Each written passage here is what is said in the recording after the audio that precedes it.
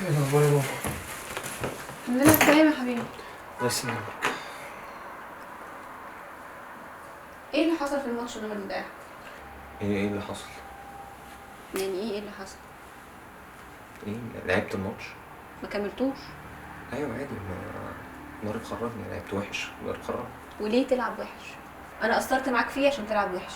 كل اللي بتطلبه بيجيلك لحد عندك. حاضر، معلش اسف. مش بآسف يا احمد، انا مش فاهمه انت طالع كده لمين. خالك كان افضل هداف في دوري الشركات، وخالك التاني كان احسن حارس في الدوري. اي نعم كان بيصد الكوره في وشه، بس واتيفر يعني. معلش يا ماما، انا اسف. الماتش الجاي هلعب حلو. لا وانا مالي مال الماتش الجاي، انا الماتش ده عزمت صحباتي كلهم يجوا يتفرجوا على الماتش عشان ابني فالح في الاخر يطلع من نص الماتش. صحباتك ايه يا ماما؟ انت عايزه ايه دلوقتي؟ هكون عايزه ايه يا احمد؟ عايزه مصلحتك اكيد. حاضر ماشي. حاجه تاني؟ الماتش الجاي هلعب كويس وهلف الملعب كله وهبوس المدرب ومش هخرج من الملعب. حاجه تاني؟ انت بتتريق عليا يا احمد؟ انا قايل حاجه تاني.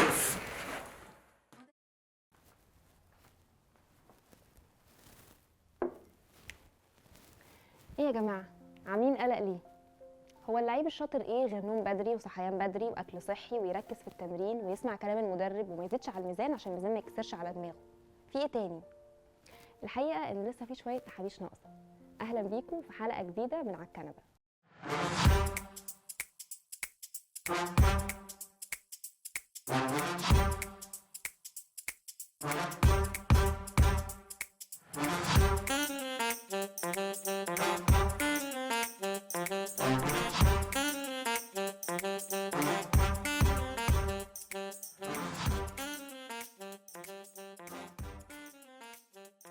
افرد يا باشا، افرد مش عارف شكلي هينام ولا ايه. افرد يا باشا. الحقيقه ان من اهم واخطر الحاجات اللي بتاثر على اداء ونفسيه اللاعب هي علاقته باللي حواليه وخصوصا اهله وشكل الدعم اللي بياخدهم منه. فنلاقي لاعب زي ممفيس ديباي بيقول في تصريح ليه في جريده ذا اندبندنت انه بيطبع اسمه الاول بس على تيشيرتاته ومش كونيته، وده بسبب مشكله شخصيه وصراع نفسي حصل له وهو صغير لما والده سابه هو وعيلته وهو عنده 4 سنين بس. ونلاقي لاعب تاني زي الفونسو ديفيز بيقول ان هو تقريبا قاعد لوحده، ولا عيلته ولا صاحبته عايشين معاه، وانه تقريبا عنده 5 صحاب بس، وده بيعكس الوحده اللي هو عايش فيها. يعني تخيلوا ان حياته مقتصره بس على التمرين والماتشات، بعد كده فراغ كبير. شفتوا بقى علاقه اللاعب باللي حواليه بتاثر عليه ازاي وعلى نفسيته؟ دراسه اتنشرت في جورنال اوف هيومن كاينetics وضحت تاثير الضغط والدعم اللي بيقدمه الاهل لاطفالهم ودرجه استمتاعهم باللعبه اللي بيلعبوها. الدراسه دي كانت بتركز على مجموعه اسئله بيسالوها للاهالي عشان يشوفوا ايه شكل الدعم اللي بيقدموه لاطفالهم. هل بتقول له كلام يشجعه زي برافو وكمل، ولا بتركز بس على مجهوده ومش مهم النتيجه النهائيه؟ طيب ايه الحاجه اللي انت بتعملها مع طفلك لو ما حققش النتيجه اللي انت مستنيها منه؟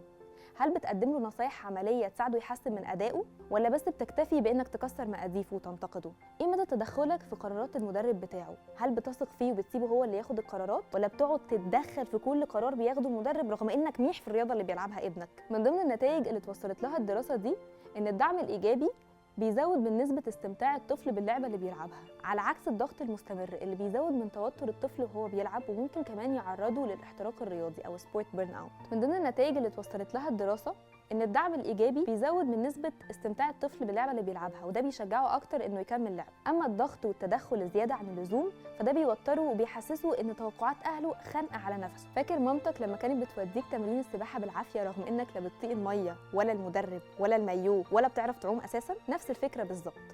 الضغط الزياده والتدخل طول الوقت بيخلي الاطفال يتعرضوا للاحتراق الرياضي او سبورت بيرن اوت.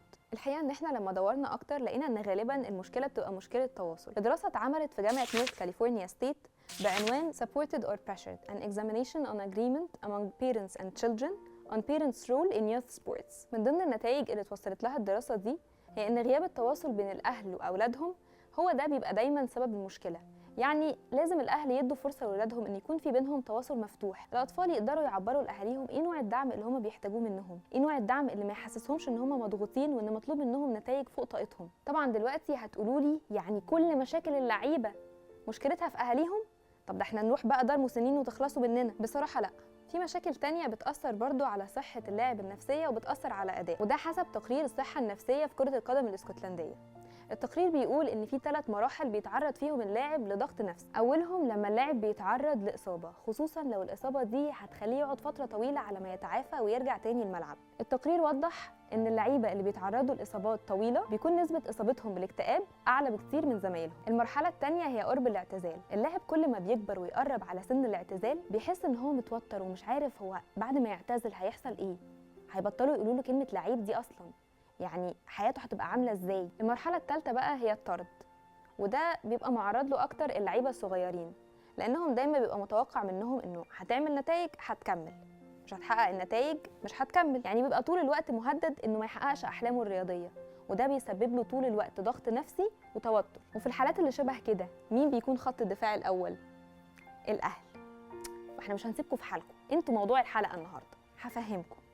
اصل الدعم اللي بياخده اللعيبه من الناس اللي حواليهم خصوصا اهلهم بيساعدهم انهم يعدوا اي مرحله صعبه، سواء بقى اصابه، سواء بقى قرب يعتزل، سواء هو لسه بيبدا ومحتاج الناس تدعمه. الاهل هم فعلا اكتر ناس ممكن يشجعوا ولادهم انهم يحسنوا من ادائهم ويحققوا نتائج احسن. شجعوهم بس من غير ضغط، فهموهم ان مجهودهم كده كده متقدر بغض النظر عن النتائج، عرفوهم ان ليهم قيمه كبني ادمين مش بس كلاعيبه. اسمعوا منهم وافهموا ايه نوع الدعم اللي هم بيحتاجوه منكم.